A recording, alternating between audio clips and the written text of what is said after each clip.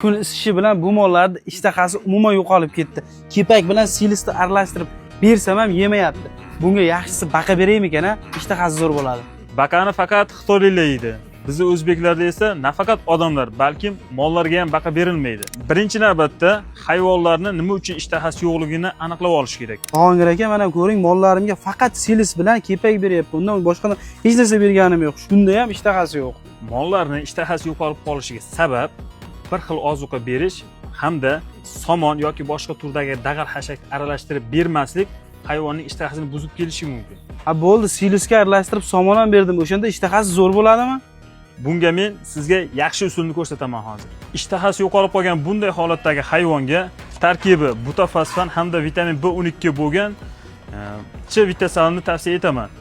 Buning foyda tomonlari organizmda moddalar almashishini yaxshilaydi, immunitetini rag'batlantiradi hamda ishtahasiga ta'siri juda katta hisoblanadi. C vitaminini har 10 kun, 12 kunda teri osti, muskulga, vena qon tomiriga ishlatish tavsiya etiladi. Bu organizm immunitetini oshirib, hayvonning o'zgarishiga katta ta'sir ko'rsatadi.